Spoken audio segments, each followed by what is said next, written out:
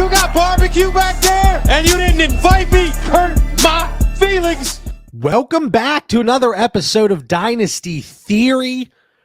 We are here, Dan. The season, it's upon us. 1 week in. How are you feeling so far? Man, the season's big time upon us, JB. I'm feeling pretty good though. Trying to balance what is just week one and what was a fluke. You know, so we're gonna, I think, sort through a lot of that tonight, which was fun. And on a side note, man, on the same day of, you know, reviewing all these football games, the iPhone came out with a new iPhone Pro Max with the best battery life ever, JB. And I thought of you. And this is related to fantasy football. Ask me how. You know, about 500 JB posts in the Discord later where every one of our listeners has seen your dead battery on all your screenshots. This is your opportunity. Biggest battery ever. I think it was meant for you. It was made for you, JB, for all the Discord action you participate in. I know. It's been fun in the DD Fantasy Discord. It's been nonstop. So maybe I do need a better battery. But like I said, week one, pretty much in the books. As I've said, we record this Monday night at 9 o'clock Eastern. So if you see Dan or I looking down or away, we're probably checking the score and some of the things happening in the Jets 49ers. But we want to talk about, and I said this last week, right? The season is upon us. We want to hit our stride and kind of get a nice flow going week to week, right? So the things that I kind of want to focus on, resetting the market. There are certain players that, as we get this episode out early, all of the different websites, whether it's Fantasy Calc, whether it's KTC, whether it's Dynasty Daddy, whether it's any of your favorite trade calculators that you use, there is always going to be a little bit of that lag, you know, between real time things that are changing. So our goal here on Dynasty Theory Weekly, each and every Monday going into Tuesday, is to be able to give you a few players that maybe didn't have a great week, and we might expect that trend to continue. So we're looking to maybe sell low, or a player that was kind of disliked. They had a strong week. We think it's going to continue, and we might be going out and looking to buy high. You know, Dan, on every show, and we do it too, right? Every show, folks talk about buy low, sell high. Yes, we get it. But there are times when it makes sense to sell at a further discount compared to market because we truly believe that value is going to continue to drop, or buy above market because we believe that value is going to continue to rise. So we're going to be talking about some players to reset the market. We're going to, Dan, you looked at the notes. I am week one. The data is available. So I dug into week one usage. I'm going to be doing it each and every week. I was dropping different tidbits and notes throughout the day in the DD Fantasy Discord. So we're going to talk about the week one usage trends. And then we're going to start the show with some injuries. And there were some big name injuries here just in week one. And we didn't even realize Christian McCaffrey wasn't going to play until this evening. So a couple of the big injuries, Jordan Love, Puka Nacua, he is now on IR. So at least 4 weeks. Jordan Addison, he's got the ankle. Odunze didn't even realize being engaged on a block. He banged up his knee. Jake Ferguson, he's week to week. David Njoku, he's week to week, it sounds like. What is the biggest injury here out of all of these guys for you as it relates to Dynasty Fantasy Football, Dan? Probably a combination of either Jordan Love or Puka Nacua, just because you're waiting, you know, 4 weeks with Nacua, right? Or 5 weeks, you know, that IR, that's the 4 week IR. So it's 5 weeks, I think, till you get them. And they have a bye week in there too. So I think that gives them the extra week then. Helps a little bit there, but you're missing your stud receiver for a handful of weeks. And then Jordan Love, you're hoping it's on the shorter side, but you're still out as starting quarterback for a few weeks. And if you were your roster was set up with Love and only one other quarterback, now you're down to one quarterback for that stretch. Or if your other quarterback was maybe Bryce Young or someone that Danny Dimes who didn't perform well this week, you're not feeling warm and fuzzy about that. So I think with these injuries, there's, the long-term concerns, JB, and then there's, just some as we get to prepare for next week. And I think as we go through guys that we're going to sell or buy, it all comes down to roster management. Who do you need to be buying to help you get through 3 weeks, 4 weeks, 5 weeks without a Jordan Love or a Puka Nacua? Or who do you just need for some help for 1 to 2? That's what we want to figure out. And we're seeing a market. So I'm looking at Dynasty Daddy. Some of these trades, like, perfectly fine, don't bat an eye. But I just want to call out a few. Baker Mayfield in a second for Jordan Love, 12-team. Superflex, start 10, full PPR. Jordan Love for Sam Darnold in a second. What are we doing here? And again, listen, I know most of our listeners, we have very smart listeners, very smart league mates. And you're probably thinking, JB, Dan, this isn't going to happen in my league. And there's a very good chance it's not. But whenever there's an injury, we're going to look throughout the week, and on Dynasty Daddy, they have the bubbles that show the larger the bubble, the more trades have been completed. My guess is every one of these guys mentioned is going to have one of the larger bubbles. It happens. Anytime there is an injury, it creates a little urgency, even though it's week 1. And maybe some secondary things with like a Jordan Love, maybe we see Malik Willis trades. And I beg you, don't trade for Malik Willis. Don't. Luckily, the Jordan Love injury is the only thing at quarterback right now. I would not be looking to make a move involving Malik Willis. But like you said, Dan, maybe it's a situation where you had Jordan Love and Bryce Young. This Jordan Love injury, it feels kind of similar a few years back when Dak Prescott was banged up and he was out. I remember there were folks, hey, I'm going to unload Dak because I want to get a starter. There were other ways to supplement your lineup. And I wouldn't be necessarily looking to explore opportunities to move off of Love, to move off of Puka.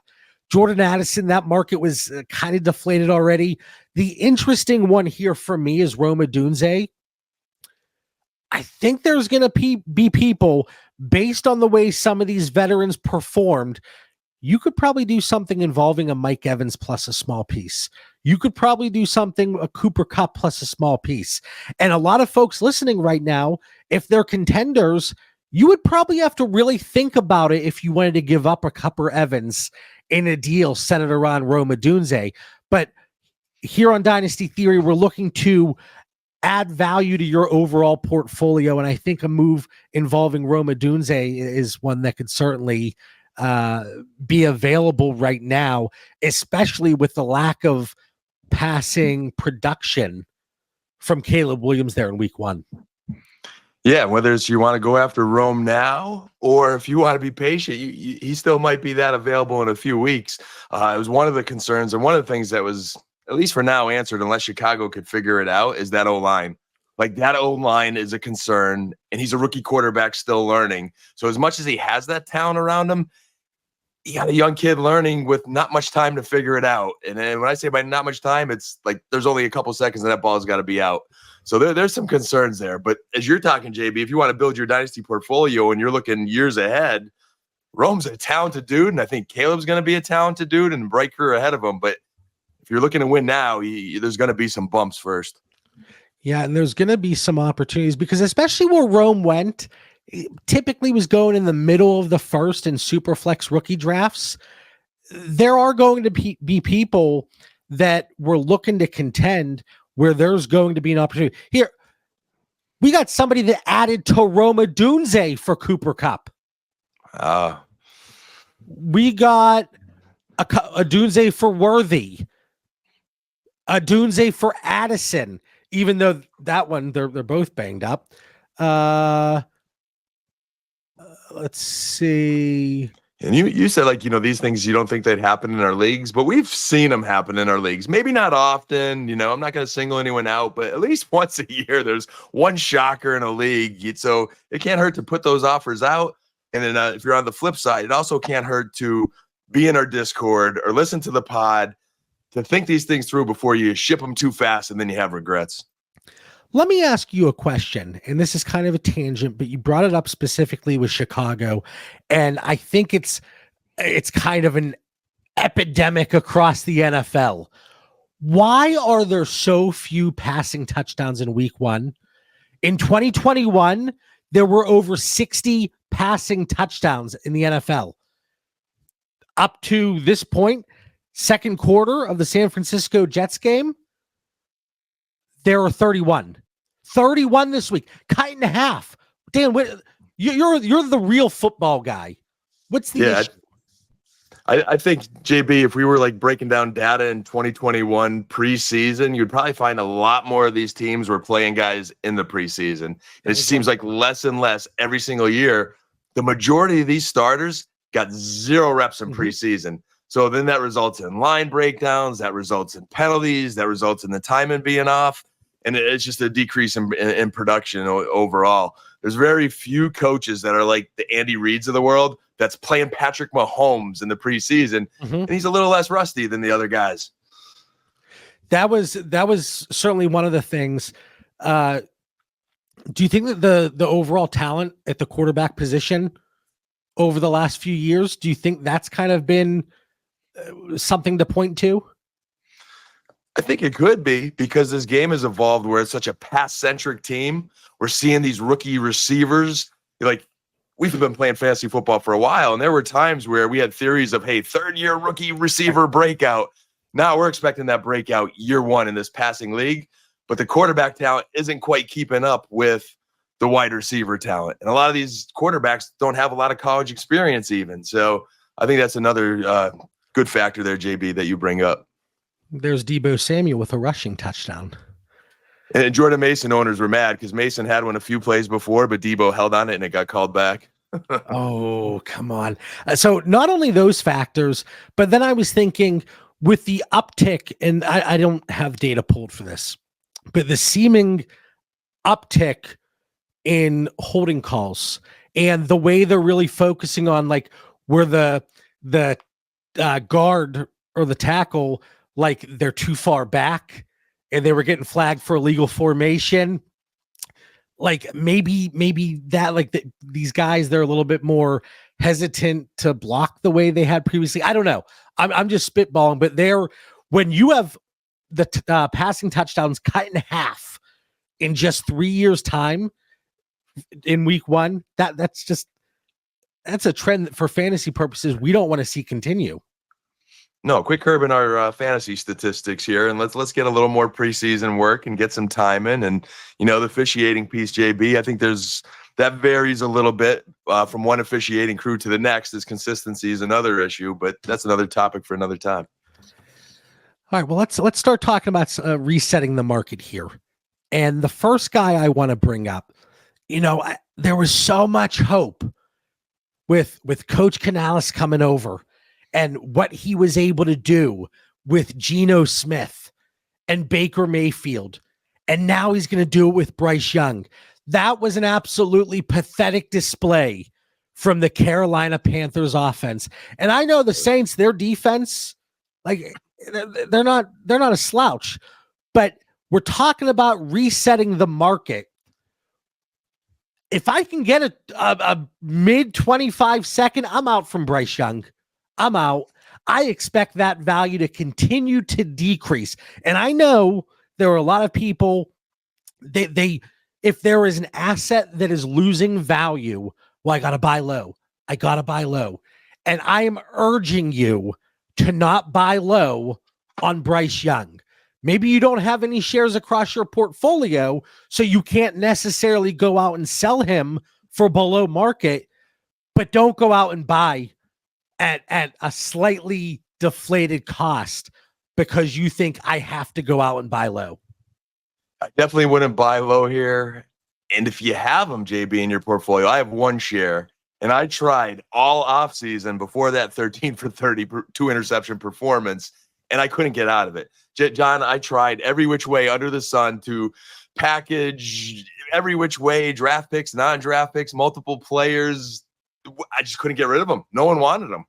So now I don't know how the heck you get out of it if you have them, but I certainly wouldn't be buying to your point. I think that's an organization in shambles. I think they have mismanaged the heck out of that team with all they gave up to get Bryce Young. I know they put some more pieces around him in the O-line and with Deontay Johnson at receiver, and they tried through a little bit through the draft, but they got rid of so much on defense that now you're asking even more out of this kid, and there ain't that much talent on offense. Like, there's just so many issues in Carolina that I feel bad for Canales. This isn't, I don't think, a reflection on him. I think there's just, you can't squeeze water out of a rock. Like he went to good organizations in Tampa Bay and Seattle where he was able to get that out of Geno and Baker, and I think he played a part in that. I don't see how he could do it here in Carolina. I'm looking at the list of quarterbacks here on Fantasy Calc, and these are based on actual trades. I always reiterate. I would take Michael Penix over Bryce Young. I would take Baker. I like what you're thinking. That's funny, though. It's just... Baker is below him for now. Baker's going to catapult up to a top 20 quarterback. And I'm going to talk about him shortly. I'll take any 26 first. I will take Geno Smith straight up for Bryce Young. And then get Geno, though. That's I don't think you could get him. I'll take Derek Carr. I'll take Derek Carr over Bryce Young. It's worth a try. I think that's where we're at right now. I want out. I want out from Bryce Young. I don't know if you could do it, but I want out from Will Levis. You certainly can't do it after more allegations. I went out from Deshaun Watson. I like that line. They weren't full strength there in week 1 in Cleveland. True. But Deshaun Watson, like 1 week in, I was an advocate throughout the offseason. If you could get at a deflated price to go out and look to acquire. Oftentimes, I couldn't acquire at a deflated price. So ultimately, I walked away from those discussions. That group right there, I will take any second for Deshaun Watson, Bryce Young, Will Levis, if I can get it. If I can get it. Now, did you? I asked the question in the DD Discord. I asked the question. I said, not even trolling. Who gives you more actual usable weeks from now until the end of the 25 season? Bryce Young or Sam Darnold? And that's a real question. And when we look back at this, and it's December of 25, I really do believe that answer very well could be Sam Darnold, even if he doesn't get any starts in 2025. He could still be the answer. And that's a great way to put it. And normally I'm one to say, and I know we're going to talk later, like Sam Darnold, we all know has been involved in a lot of trade offers in recent weeks as he's, got the starting job from McCarthy because of injury. You're going to have him for the year, and he's a great offense. But I was very reluctant in a lot of leagues unless I could get him at a really good deal because I know I'm not going to have him next year. Mm-hmm. But when we're talking Bryce Young, at some point there's going to be another quarterback injury. There's going to be another need. I think somehow I could get creative and move to Sam Darnold to somebody who needs him, or he helps me for this year versus Bryce Young, where he's going to hurt you this year and you're going to get stuck with him. So that's a good point, JB. Even Darnold is an option in this case. Well, because a player like Sam Darnold, he serves a purpose. Like if you're a contender in a pinch, if you suffered a Jordan Love injury on your roster and you trade for Sam Darnold, he's going to give you something. I don't know if we're ever going to get that from Bryce Young.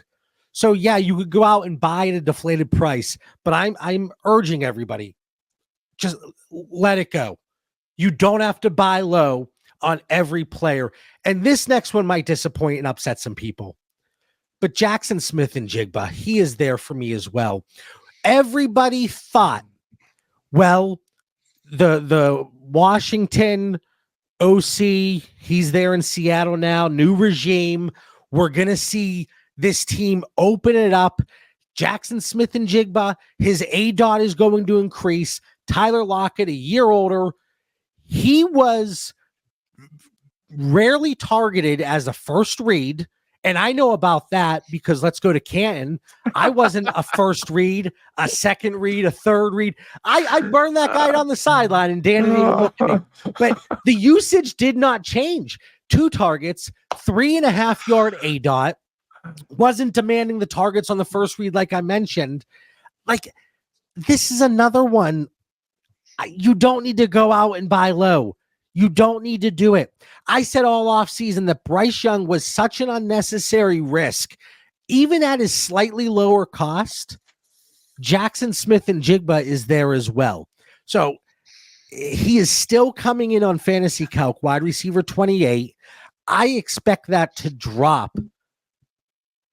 I think, can I get a pair of seconds? Can I do that? Can I, right now, could I get James Conner in a second from a rebuilding team? Could I get Brian Robinson straight up? And yes, that's below market, but that's the point of this conversation. I don't think it's going to get any better for Jaxon Smith-Njigba in the near future, Dan. I hate when you get in my head like this, JB, because now you got me thinking, I love Brian Robinson. And listen, it's only 1 week. I know that. But we saw it last year too. And we want to see an improvement. We want to see the utilization. He eclipsed 85% route participation. But he wasn't Geno's target. Like Tyler Lockett was still demanding. I think Tyler Lockett was like 25% first down rate on per route run. It wasn't Jaxon Smith-Njigba. Like, we were expecting him to take that step, and he has not. And I don't know that it's going to change, just like I said with Bryce Young. Yeah, at least this early in the season, Tyler Lockett's wheels have not fallen off. He looked fine. As much as I would have loved to thrown out the red challenge flag, I knew better and didn't want to lose the timeout, so I kept it in my pocket here, JB. To our listeners, I think, and I think you would even agree, it doesn't mean JSN's not going to have a good game. It might even come next week. But I think from what we're seeing, there's probably going to be very few of those really good games. And if you could get someone that's going to produce week in and week out, like you're talking about, and maybe add some draft capital to it, there could be some merit there. And I think another thing you have with Seattle is they haven't really fixed their O-line. Like, that is a below average offensive line going into the season. So Geno's not going to be getting probably much more time to throw. And to your point, Metcalf, Lockett, they're the 1-2 reads. If they're not open, he's probably dumping it off to back. So I think there's only so much Geno could carry multiple receivers in this offense. Here's a trade, and I want your opinion. 12-team Superflex, start 9, full PPR, Jaxon Smith-Njigba or Jameson Williams. Man, right. I think you have to go JMO. You really do. And he was a guy I was I was high on going into the offseason. I tried to trade for some shares, and boy, did he deliver week 1. And I don't think that's a fluke whatsoever. We've heard the coach speak. Coach Dan Campbell's normally pretty straightforward with his coach speak. They love this kid right now, and he looks legit. Well, and for Jameson, it's not just the fantasy production. It was the what was it? 93% route participation. Oh, yeah. He's got the pedigree too. 27% targets per route run, 10% first downs per route run, over 4 yards per route run. So even looking at it from a fantasy production, a per route basis, he checked all the boxes. And again, we talk about players like Jameson Williams. He had those baked in excuses. He had the injuries. He had the suspension. If he's able to stay healthy, he's able to put it together here because he was light coming out of college. Like I said in the Discord today, in a week, we're talking about a top 30 dynasty receiver again. That's how quickly things change, but he had the pedigree. If you have the pedigree, if people liked you pre-NFL draft and you have that bias from people, or you are coming off of a down year, but you produced previously, people are far more forgiving. and they forget more quickly of what you've done or haven't done, and things can turn, like I said, very, very quickly. So I'm taking Jameson over Jaxon Smith-Njigba. He's also a guy we didn't write off from last year, JMO. Like, he flashed. There were some 60-yard bombs that just went off, just missed a year ago. He put in this work this offseason, and then week 1, he didn't miss. So I'm with you. All right, I might have to explore that trade too. Do you have any guys that you're looking at on your rosters and you're like, I'm thinking about hanging on because I think the value, I think the value is going to bounce back. But then on the other hand, you're like, maybe I should just get out now. Well, JSN was definitely one of those guys. I'm embarrassed to even mention it. I don't want to say he's one of those guys, but I couldn't really get anything for him. But Rashad Bateman was that prospect that's still lingering a little bit, but I'm just, you might be able to get a third today. Man, it's possible. That's possible, but he's been a little underwhelming and still hanging. I posed this question in the Heisman channel on the DD Fantasy Discord here. Here are some names that folks were a little bit concerned about, and just let me know. We'll go one by one fairly quickly. Scale of 1 to 10, 1 being not worried at all, hold or go out and buy more shares, 10 being get out. All right. And again, it's 1 week, but these are the overreactions and sometimes the right reactions that people have. Travis Etienne. I'm good with him. I'm not worried at all. Tyjae Spears. I'd be a little worried. The one thing I'll say with Spears, he was still involved in the passing game a decent amount. And I do think Tony Pollard looked good. He looked good. But I still do think there is some merit and some credibility when you look at it from we're going to ride the hot hand maybe. Pollard was hot. And I think you just muted yourself, Dan. But Pollard was hot, so why take him out in the run game? So I guess I'd pose this question to you, JB. When I say I'm a little bit worried about Spears, I say that based on some of the expectations a lot of fantasy owners had going into week 1. A lot of people wrote Pollard off, and I was on Dynasty Theory saying, hey, he's got the juice, he's healthy, he didn't feel good till week 10 last year. We had that conversation. And again, I even think back to last year when the running backs were having their little protest about contracts, and Saquon Barkley's like, Pollard's a top 10 back. Now, I don't think us in the fantasy community consider him a top 10 back, but JB, if he's top 20, we're happy, man.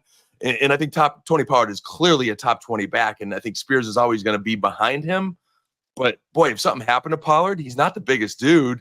I'd love to have Spears on my roster, and I think he's a good player. So I'm only worried from the perspective, JB, of what your expectations are. And that is a very important piece, and I'm glad you brought that up because it's all about that baseline to an extent. So Tyjae Spears, 40% route or 40% snap share, 15% rushing market share, 53% route participation, 20% targets per route run.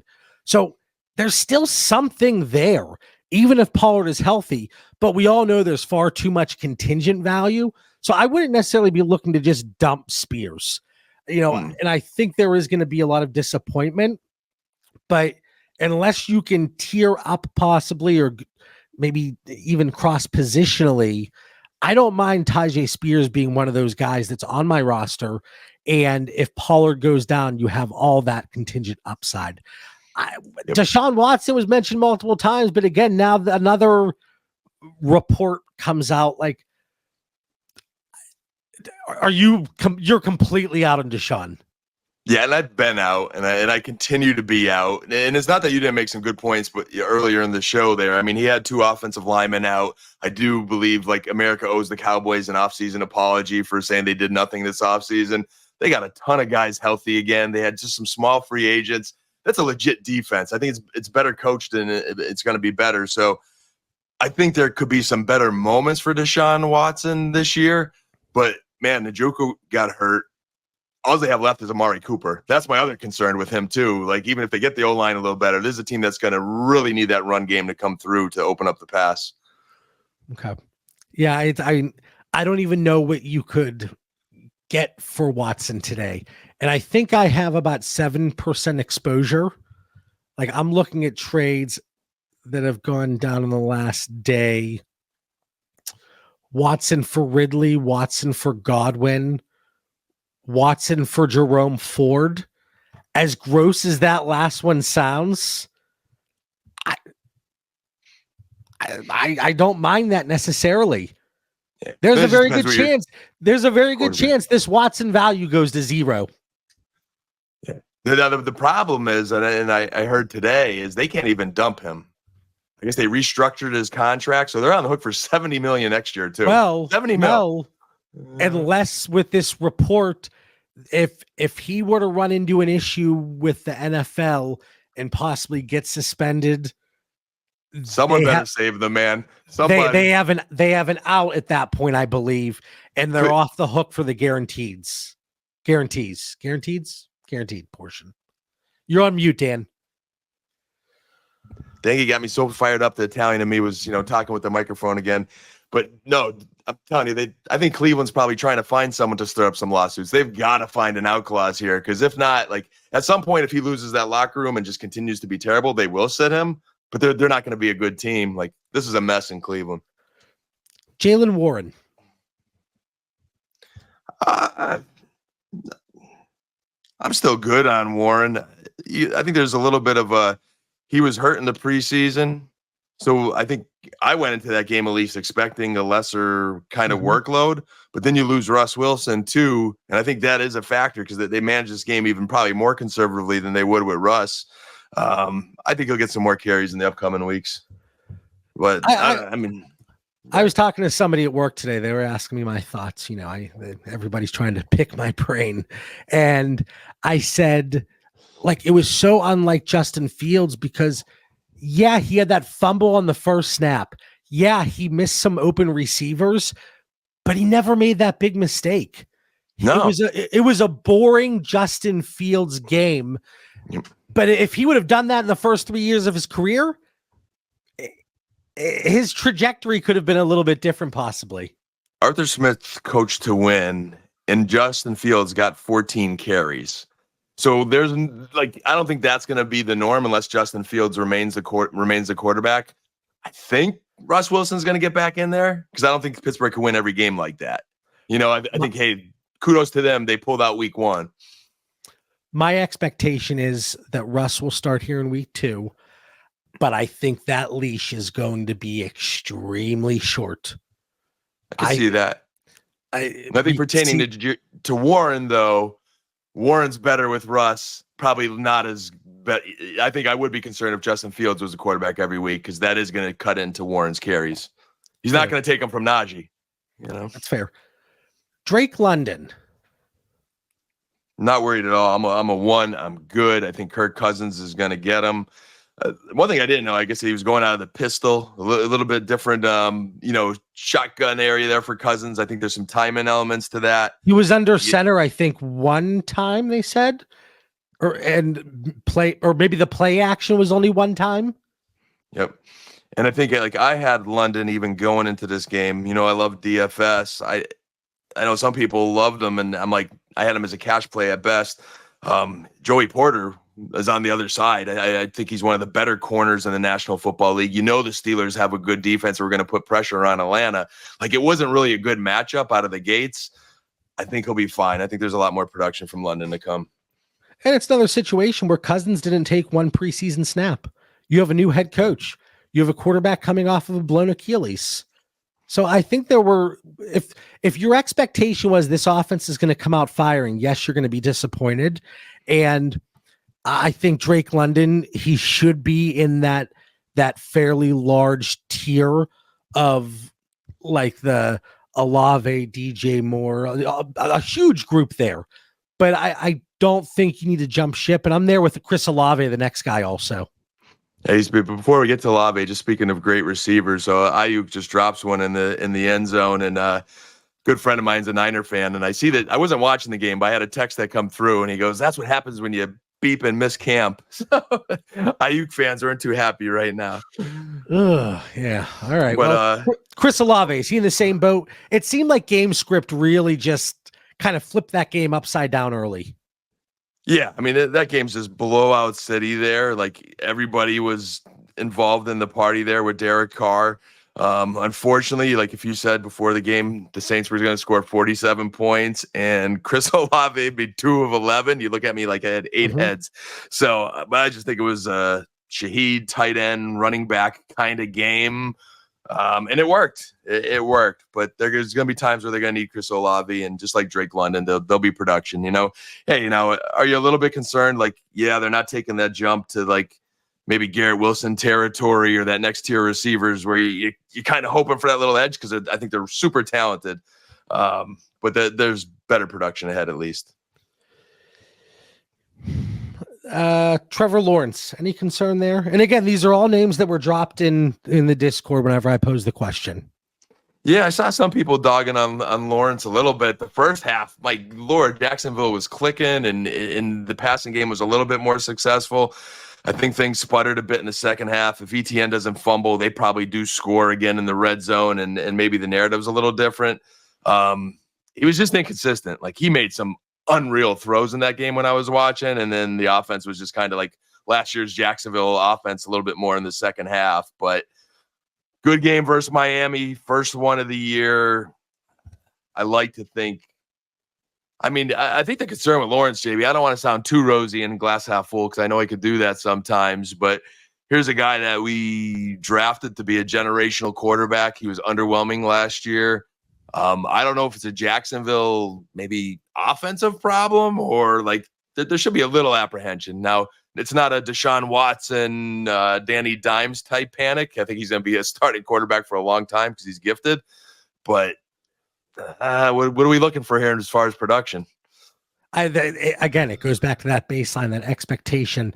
If we were hoping that he jumps into top 12 quarterback status from a production standpoint, I think there's going to be a little bit of disappointment. For Dynasty purposes, I'm still on board.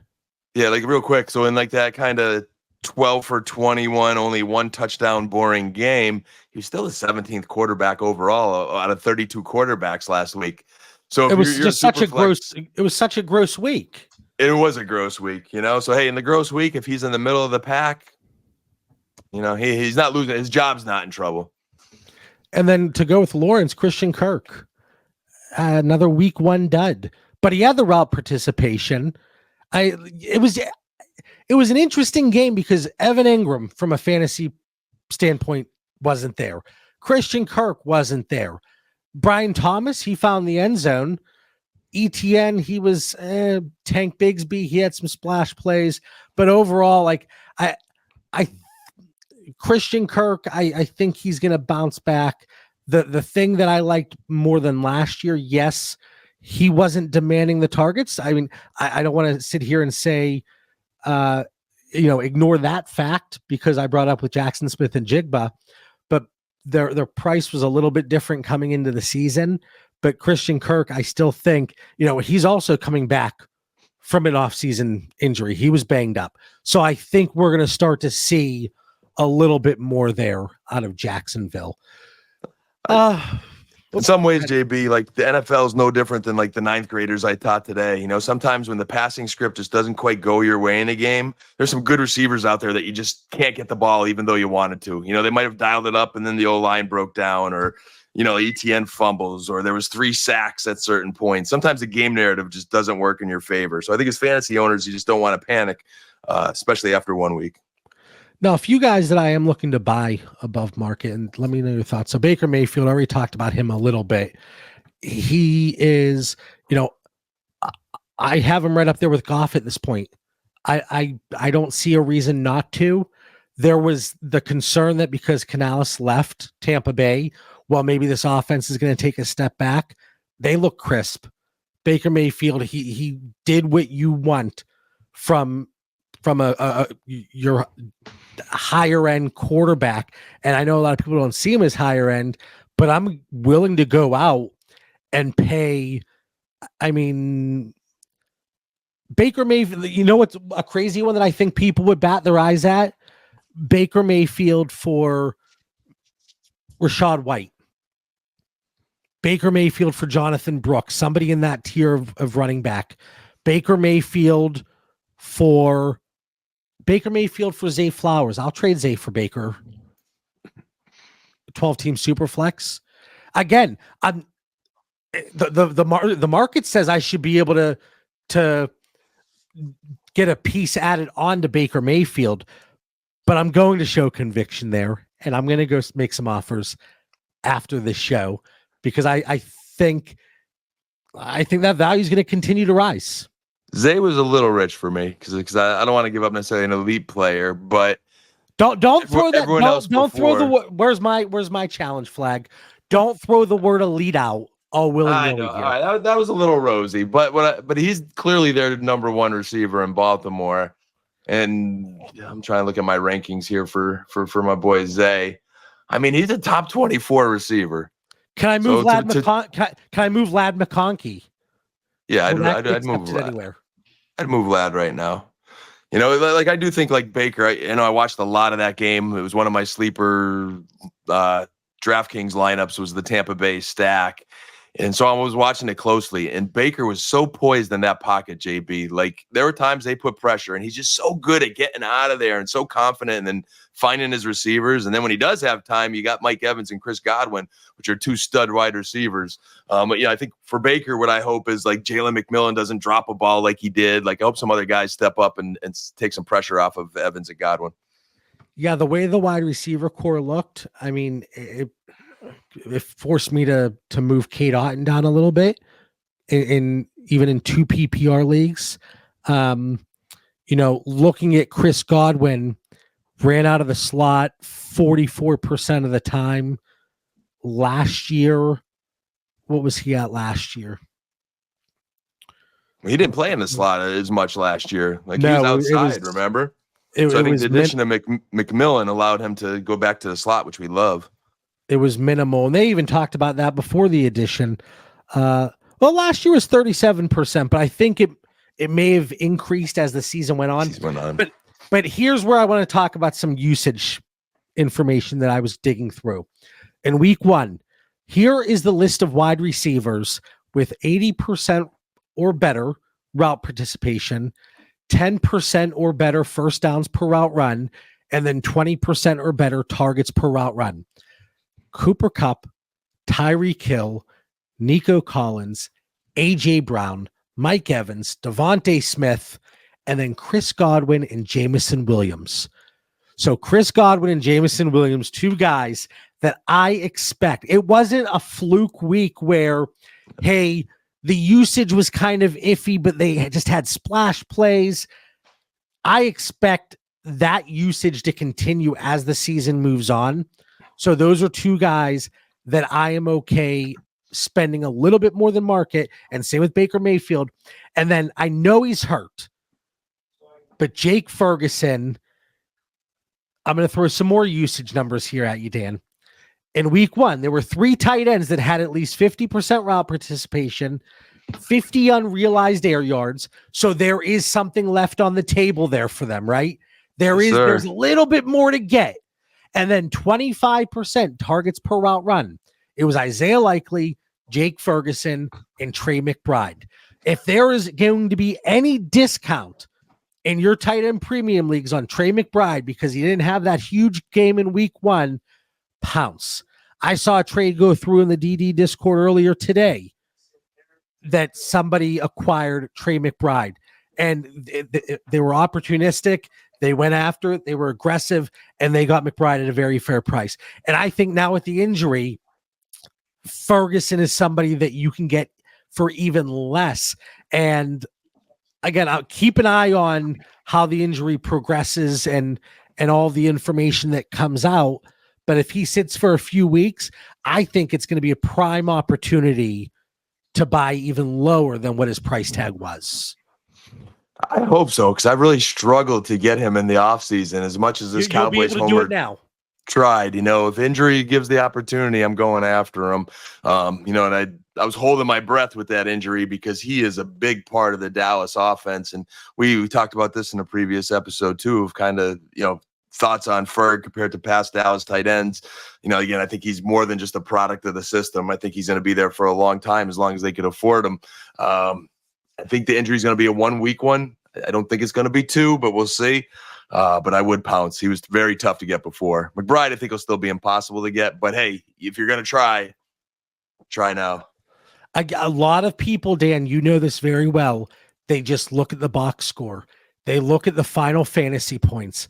And you look in PPR, if Trey McBride, your stud tight end, had 8 points, there might be an opportunity. Now, again, is it going to be available in every league? No.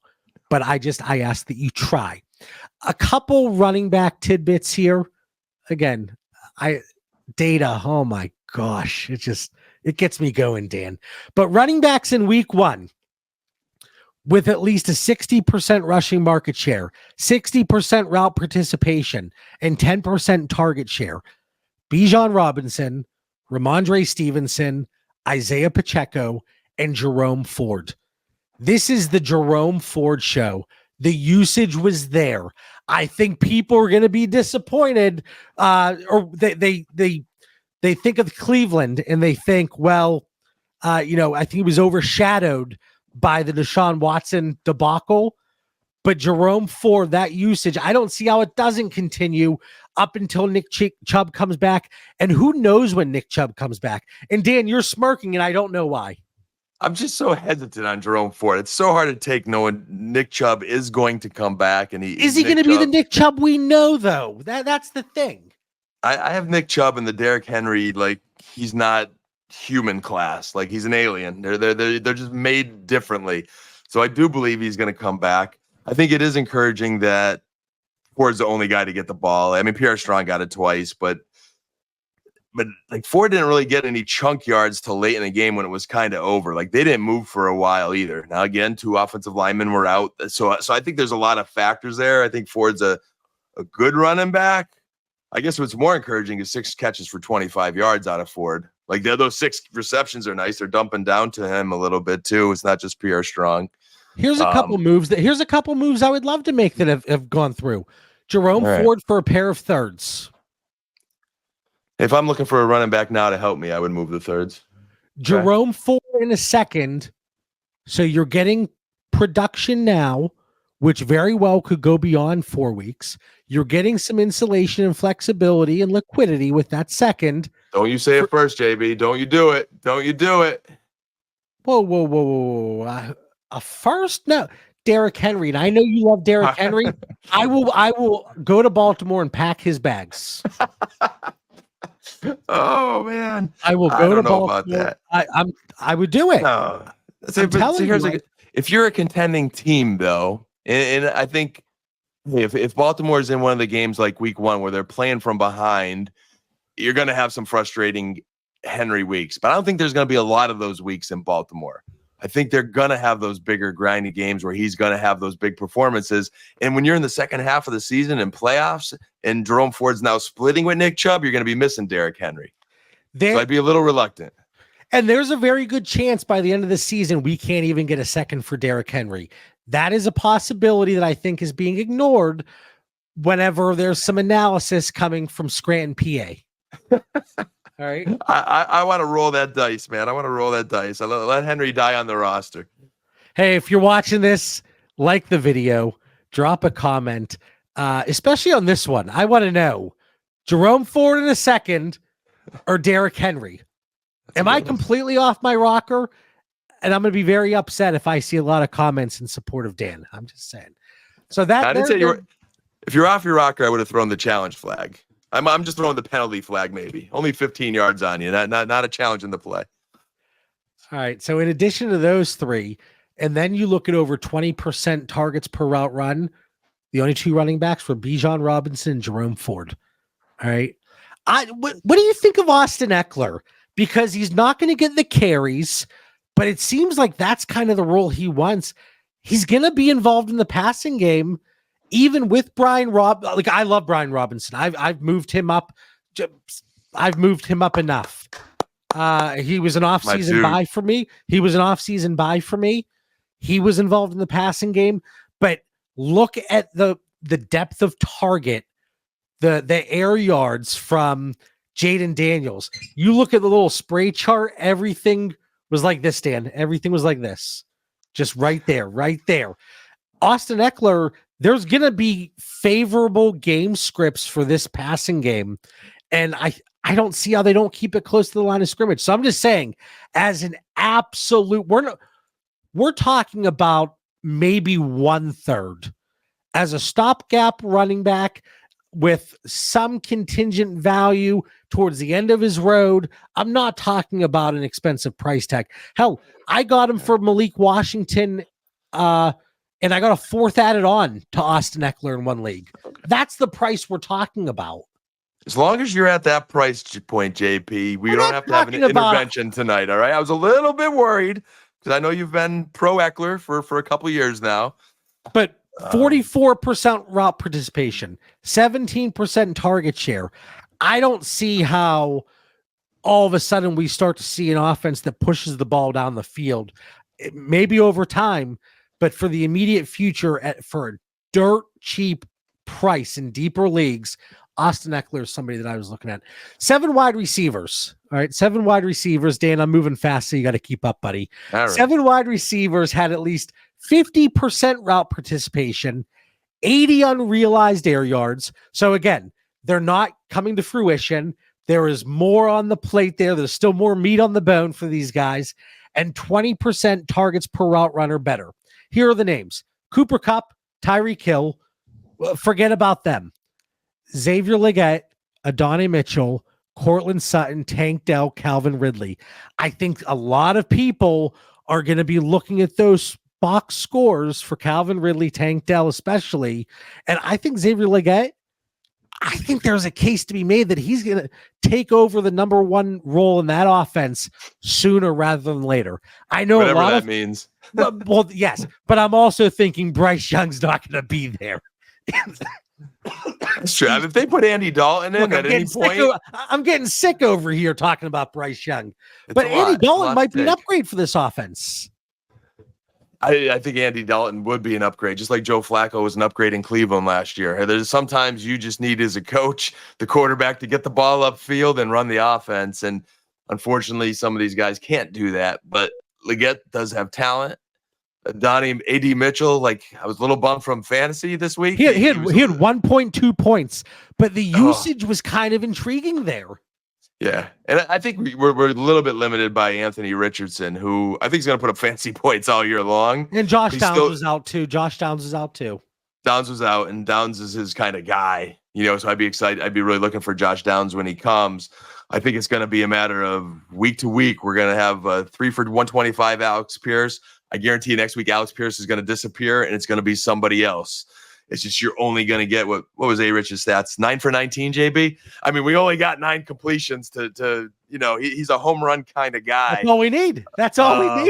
Yeah, so I think he's got to temper expectations with AD Mitchell a little bit and Legette. The other guys you mentioned, Sutton, Dell, and hopefully Ridley. We didn't talk a lot about Will Levis. I was a little concerned about his performance and some of his stupid decisions in that game. But I'm hoping he plays better, and I think there'll be better days from Ridley. Tank Dell is going to explode at some point. He was fine. It just happened to be, Nico's the dude, and Diggs got some more burn and whatnot. And Joe Mixon was a volume stud. Sutton, the Denver one was interesting because even though Bo Nix didn't play, great fantasy wise, he threw the ball 42 times, JB, and he actually completed 26 of them. And I know a lot of it's nickel and dime and stuff like that, but I think I think he's going to be smart enough to watch film, and with Coach Payton is going to get better, because a lot of those throws were like Dak Prescott throws, JB. They were sometimes a little risque, and they were deflected, and they could have either been a catch or an interception. I think he just needs experience, but man, you ask him to throw 42 times. Sean Payton wasn't too shy there with him. Well, whenever your rushing attack can't get anything done, that's another story. What are you going to do? So I agree with the AD Mitchell, little bit of caution there. Tank Dell probably not going to be able to find a manager sleeping. He had 8.9 PPR points, but that usage, it's everything we want to see. The way he was utilized. But Calvin Ridley, I can't seem to get enough of Cortland Sutton, no matter who his quarterback is. Cortland Sutton and Xavier Legette, just price check on those guys, especially like with how poorly Will Levis played. I think Calvin Ridley, we might be surprised at some of the prices that he's being moved for. Hey, get him now before injuries happen. You're going to need bye week players. You're going to need flex plays. You're going to need, they're going to have some good weeks. So if you could buy them low, they're not bad guys to buy. And then 2 tight ends that I think had some hope.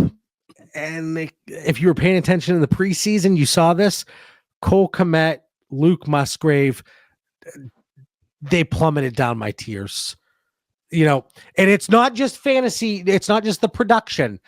Tucker Kraft took over that tight end room. Gerald is out snapping, out route running, out producing Cole Kmet. So if I'm looking at those 2 guys and you're thinking, man, maybe these are 2 guys I can buy low on, don't. Just let them go. Just let them go. No, I would say I wouldn't buy low on them. I don't want them by any means. But if I have them on my roster, JB, I'm not necessarily saying I'm moving them to the free agent wire either. Because no, don't cut them.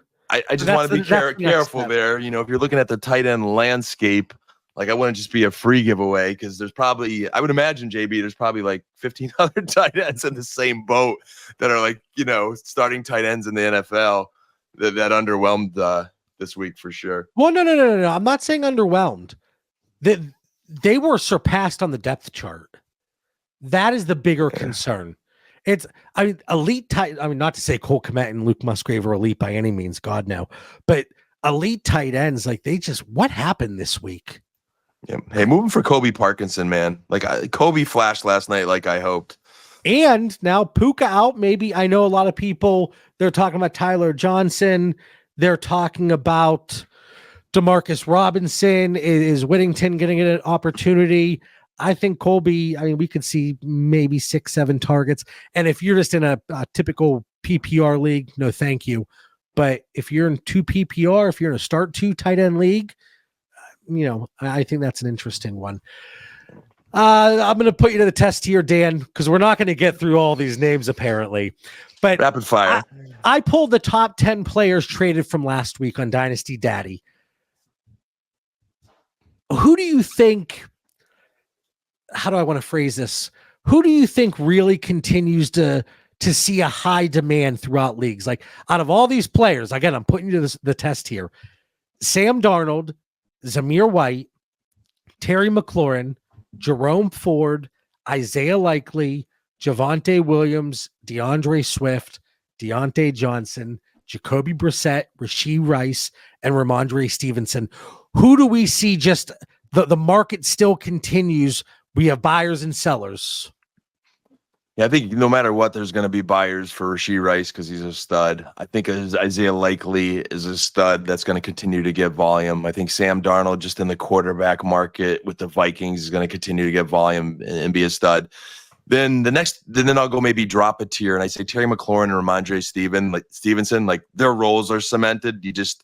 New England shocked me this week against the Bengals. That's something I'm still wrapping my mind around. But if New England can continue to be competitive, Ramondre is a good play. McLaurin, I think, will get some more passes and targets. They don't have anyone else other than Luke McCaffrey, who's still developing. I'm worried about him though. I know. I am worried about McLaurin. Yeah, this was the year we hoped for, where he'd kind of break out, and I just think he will have some good games, but I don't think we're going to get it week in and week out. Yeah. And after that, man, it's just going to be hit and miss with the rest of these guys. I don't really want any of them. There's a couple I would take. I don't mind them on my rosters, but I don't really want to give much for them. A guy that I didn't mention earlier in the show, but DeAndre Swift. He came on late. It was ugly early.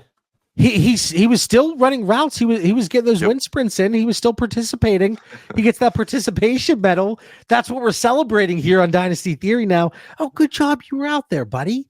But we're going to dedicate more time to this on a weekly basis, getting our feet wet here with week 1 in the books. trying to really cement down the format we want to go. Of course, Dan talked way too much tonight. I couldn't shut him up.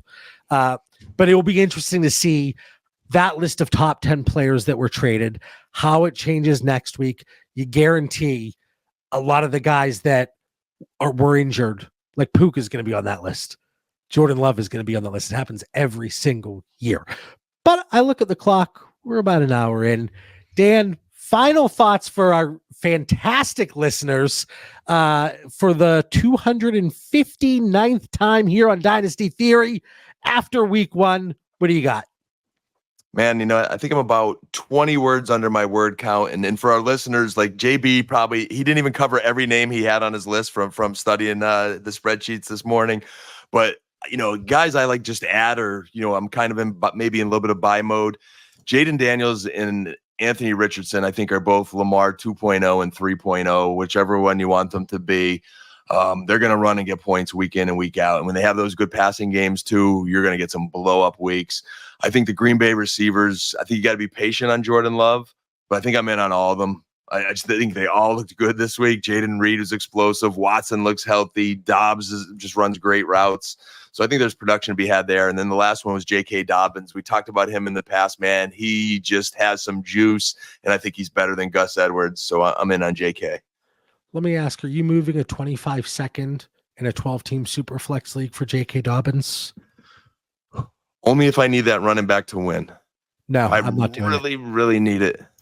I would rather spend that third on Ekeler than spend that second on Dobbins. You're not going to get near as much production. They're going to win with J.K. Dobbins. They're running, that Chargers team is built through the run game this year.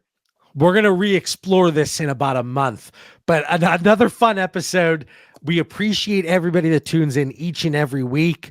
Make sure you hit that like button. If you're not already subscribed to the DD Fantasy Football YouTube channel or the podcast feed, hit subscribe, hit like.